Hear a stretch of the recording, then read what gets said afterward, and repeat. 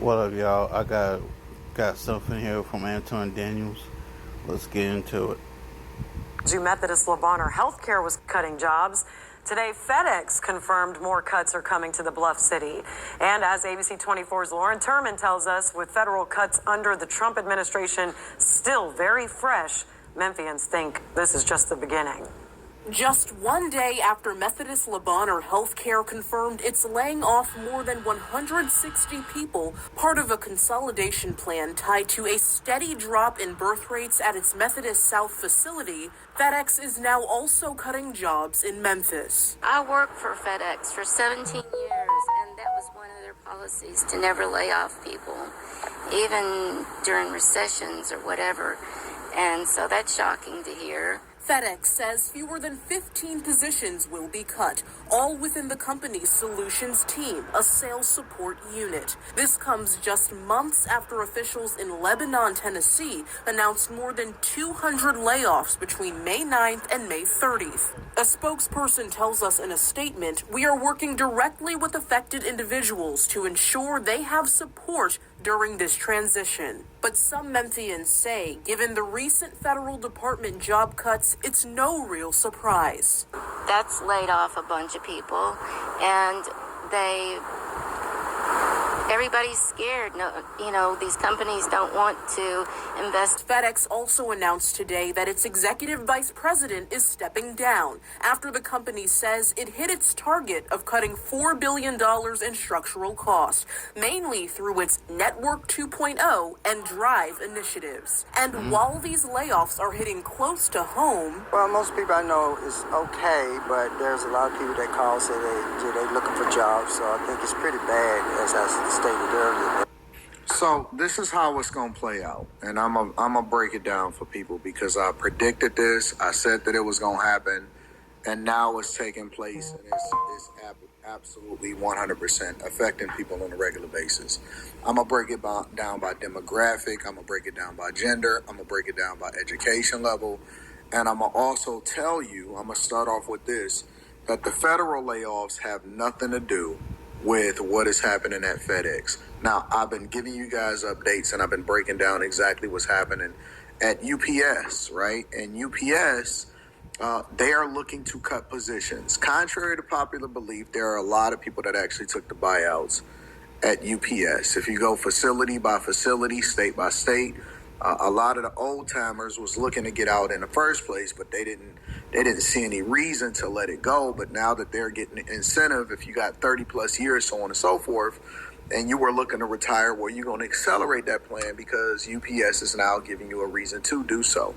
One of the reasons why UPS is laying off is because they want to save at least $1 billion a year, which they probably will hit that target. They do. And then they want to invest a lot of that savings into smart hubs, right? In the smart distribution centers. Translation, they have to won't stay get competitive automated. with the Amazons, especially since they're a one-trick pony.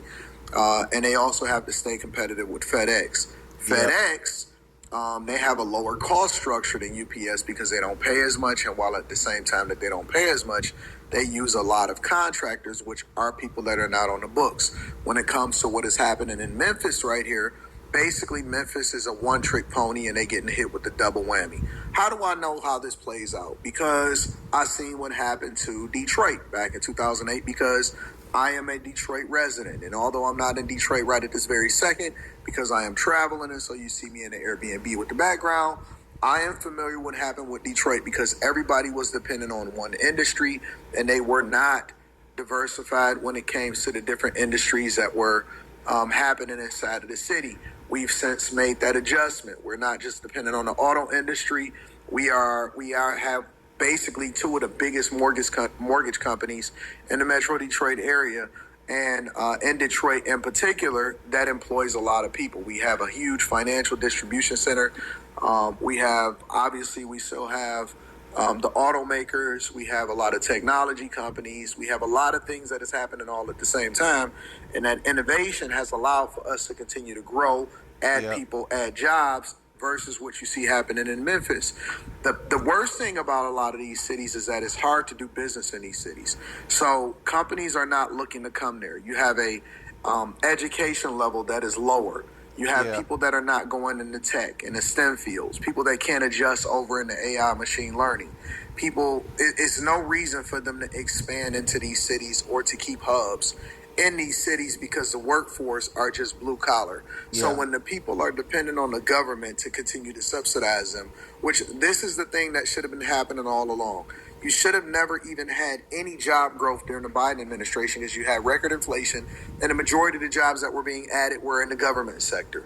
The government sector is not supposed to be adding jobs. We are supposed to be shrinking the government sector and preventing them from continuing to build up on taxpayer dime. So basically what you're going to see now is this, right? Because I did a report earlier on the Millionaire Morning Show and I was breaking down how they are reporting that over 300,000 black women in particular are the ones that are affected. Now, they're not going to be the only ones that are affected, but over 300,000 black women have lost their jobs as a result of the culling, right? These administrative positions, when you see that AI and technology and call center, a lot of government jobs, women were dependent on that. That's why they didn't make as much money as men, because they took the stability, and a lot of times they had real trash degrees, communication, African American studies, things that diversity, equity, and inclusion would allow for them to continue to keep their positions. And this is another reason why they tried to vote for Kamala Harris, because they would continue to be subsidized by the federal government. Here's the play, right? This is what you need to do. Doesn't matter if you're a man, a woman, black, white, they don't discriminate. You need to go into fields that are ever evolving. Exactly. AI with regard to cybersecurity, prompt engineering, machine learning, cloud, all of that type of stuff. Jobs that are just busy work. It is going to be a bigger gap between the haves and the have-nots. It is going to be a larger gap between socioeconomic status. If you are a person that basically can offer a product or a service at a better price, you are going to win. If you are going into skilled trades, you'll have a lot more stability. But everything is going to be innovated and disrupted. Even when it comes to these fast food jobs, I was telling y'all when California tried to pass this law so that Gavin Newsom can maintain some semblance of, loyalty within his base. And they were passing these fast food laws where people were making $20, $25 an hour over in California. And now I even see people saying, oh man, I can't get these jobs.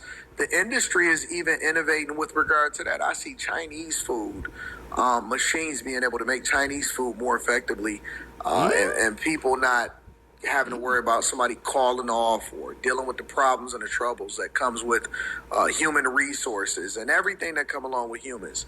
I already had documented different fry machines and stuff like that now is able to make fries, and they're not having to worry about the human factor that goes along with it. Everything is being innovated and everything is transitioning. It has been for a long time. Innovation has never stopped.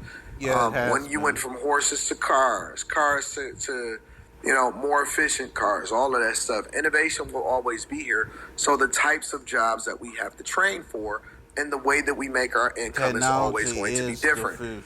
Trump, to his credit, he is shrinking the federal government while at the same time incentivizing different companies to invest in the United States of America. So you see Apple bringing jobs here.